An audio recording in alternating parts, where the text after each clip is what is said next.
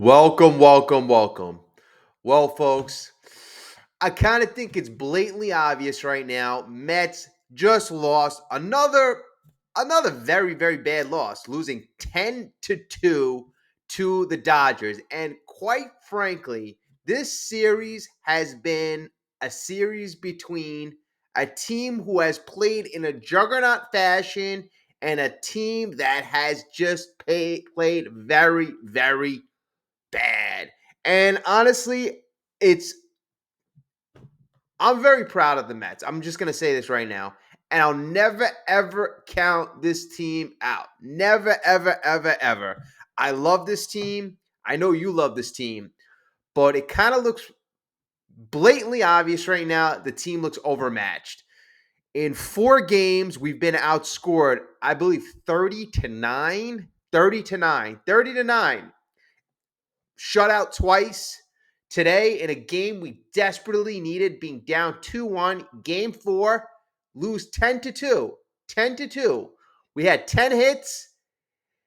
Again, it's been the tale of the series, not getting that big hit. Not getting that big hit. Mark Vientos excluded from that, but we're not getting run producing hits. The middle of our lineup is not producing run. Bottom line, the middle of our lineup, despite switching Pete to the number 3 spot, I don't know what that was freaking designed to do. I was complaining today that Pete is not, he's not doing anything in the number 4 spot, right? But then I'm like, hey, who else is really run producing besides your top 3, right? Who else are you going to put in the number 4 spot that is going to be superior? At least Pete, as we've seen against the Phillies and the Brewers, can run into a home run when he's lucky, right? Okay, so Pete's not productive in the number 4 spot. Switch it with Nimmo. Put Pete in the number 3 spot and put Nimmo in the 4 spot. Did it work? No, it didn't work. But right now, we're really grasping at straws. The Dodgers have showed themselves to be a superior team in every way. Did we get off on the wrong foot in the beginning of this series with Kodai Senga? Yes. At the end of the day, does it look like it's going to matter? Maybe not. Maybe not. After that first game, when we faced Jack Flaherty and Kodai Senga had a stinker, I'm like, the difference in this series could be that the Dodgers were aggressive at the trade deadline and the Mets weren't. But I don't think I've been looking at this the right way. The Dodgers spent over $1 billion this year shoring up a team that already won 100 wins last year. Was their record reflective of that in the regular season? No. But they had the firepower there, folks. They had Mookie Betts. They had Shohei Ohtani, or acquired Shohei Ohtani. I mean, when you go up and down their lineup is basically, they got hitters. They got hitters up and down the lineup. Even Tommy Edman, Teoscar Hernandez, Mookie Betts, up and down. Max Muncy, Will Smith. They got guys up and down the lineup that can do damage. And they got the best top of the lineup in baseball with Ohtani and Betts. And obviously Freeman is hurt, and they are still able to dominate. Now, Quintana has had a nice run, right? But, we've always been worried about Quintana. We're always like, Peterson should be here. Peterson should be the guy starting in place of Quintana. Now, the Dodgers aren't a good matchup for Quintana, right? Quintana is a guy with not overpowering stuff. He's a guy who's going to try to nibble on the corners, try to get you to chase. Well, the Dodgers are a very patient team. They are very talented, and they are a guy who will make Quintana's life a living hell, as they did today. Now, the Mets, after, having a couple really bad outings, after utilizing their bullpen, in a bad, not a bad way, but they've been utilizing their bullpen ad nauseum, they needed a great start today. They needed a great start. Quintana went 3.1 innings, 5 hits, 5 earned runs, and that was all she wrote. That was really all she wrote today. And the Mets got off to another horrible beginning of this game. Yes, they scored 2 runs. They scored 2 runs, Big freaking deal. Whoop-de-doo. Yeah, they scored a couple of runs in the beginning of the game. They've been scoring nothing in the last couple of games besides game 2. They've been shut out twice, scored 2 runs today. They've been outscored 30-9. 30-9. But can I get really crazy? Can I get really crazy? The Mets are in the NLCS right now, and they are going up against a team that has been beefing up and preparing to win a World Series. The Dodgers, their goal was to win the World Series. They had a good team. They spent $1 billion in the offseason. They gave up great prospects at the trade deadline, acquired Jack Flaherty, acquired Yamamoto. They have Walker Buehler coming back. Obviously he was coming back. I mean, the Dodgers have talent. They have talent. They've been building this core for the last couple of years. And as I keep mentioning, they added $1 billion worth of talent in the offseason. This was the team that was supposed to win. We didn't approach this trade deadline like we were going to win the World Series. Frankly, where the hell is our backup that we acquired at the deadline? Blackburn? Yeah, okay, he was supposed to be a guy who gave us extra depth. We didn't go out to make that Jack Flaherty trade. We didn't make a trade for a big pitcher. It could have been a different story. It could have been a different story if we approached this different. At the end of August, I put out a video and I said, you know what? David Stearns failed at the deadline. He didn't fail this year. It was very misconstrued. Failed at the deadline. Why do I say he failed at the deadline? Because my goal this whole year was to construct a team that could win a World Series. Now, we had a very good team, but I felt that, if we ran into a scenario like this, we would come up short. This knowing Kodai Senga was going to be out.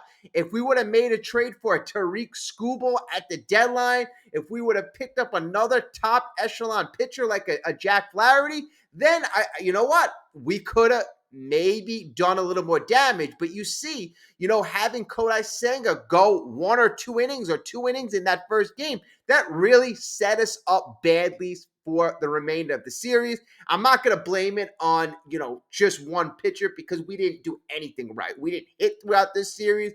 A lot of things did not go right. But these blowouts are they kind of like steamroll. Like the game gets out of hand. The game gets out of hand for a few plays here and there, and you could just tell the Mets never really were in control of anything besides game 2, game 1, game 3, game 4. We never had it. We never had control. So it looks like, barring a miracle, barring 3 straight victories by the New York Mets, it looks like we're going to fall short. And I'm not going to give up. I'm not going to give up. But I'm still going to be proud of this team. I'm going to be damn proud of this team. We are building. We are going in the right direction. And despite not making that big move or big 2 moves at the deadline, we kept our ammunition. And now we have more chips in our holster for next year. We put ourselves in a position to do more damage in the future. It's going to be a very quick turnaround. I really hope the Mets can make a miracle comeback, but we have the offseason coming right up, and we have a lot of big decisions to make.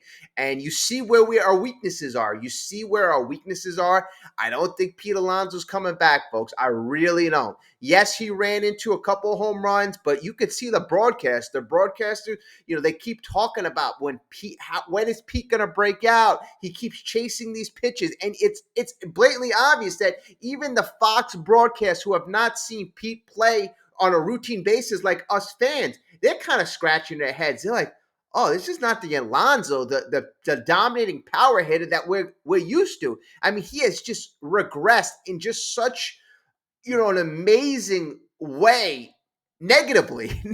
I mean, it's just so amazing how he has regressed. We were hoping early on that when Pete hit the home run in Milwaukee and Philadelphia that he would take off. But no, it doesn't look like it. It looks like we're going to have sporadic hits from Lindor, Vientos, and, throughout the lineup. we'll get sporadic hits. We haven't had that power in this. We had no power basically in the playoffs, and it's reared its ugly head when we needed to score a lot of runs in this series against the Dodgers. It really has. We've been chasing pitches, expanding the zone at the plate. Anytime the Mets have gotten, batters, people on base, the Dodgers have made a big pitch. We've made big outs, and it's just, it just doesn't look like it's really kind of working out, folks. It really doesn't. I wish I could kind of say things and give you false hope, but I'm not about that. I'm about looking what I see in front of us, and it looks like the Dodgers are a lot better than us. They are a lot better than us, you know. And if the Dodgers were a team that we aspire to be, even with their starting pitchers pitching holes, they have bullpen depth. They have, reliable starting pitchers still. Walker Buehler, despite getting crushed in the division series, he pitched a very solid 4 innings yesterday. Today, Yamamoto, he gave up a home run. Yes, he gave up a home run. He gave up 2 runs. But still, Yamamoto's line today, 4.1 innings, 4 hits, 2 runs. I mean, eight strikeouts. If we got any of our pitchers to give us 4.5 innings with only 2 runs against the Dodgers, we'd be jumping for joy. So, their stars are coming out. Shohei Ohtani, home run today. Mookie Betts, four hits, 4 RBIs. I mean, look, their superstars are killing it. Our superstars are playing mediocre. And bad. Pete Alonso, where the hell are you? But I mean, that's been the tale of this whole season. It's kind of been a miracle that we've gotten this far, and we've run into probably the best team left in this playoffs.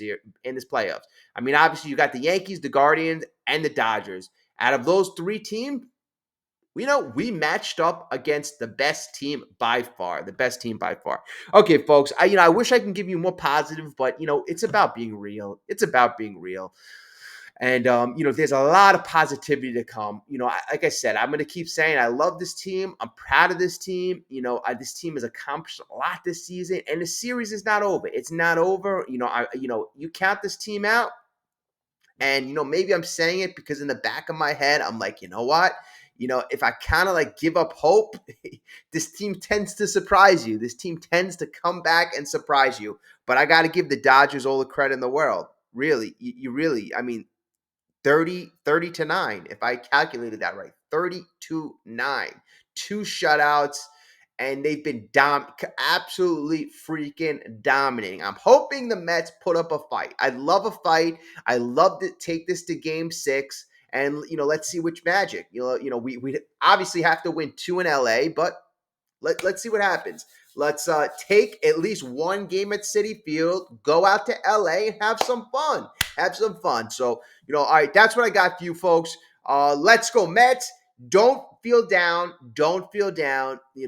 This is not a typical video, but it is what it is. And we got a lot of good stuff in front of us. I'm very excited because we have a very positive future. David Stearns, Executive of the Year. Mark Vientos, future superstar. Francisco Lindor, MVP, second place. We got a lot of nice stuff. A lot of nice stuff. And we still have a lot of young pitchers that we still didn't even get to see. Next year, Brandon Sprout. It's going to be fun, folks. Folks, it is going to be fun. Let's be proud of our team. And, it's tomorrow. Let's see what happens. All right. Thank you so much for watching. Like, subscribe. We're going to have a lot of fun in this offseason. Have a great day. I will see each and every one of you very, very soon.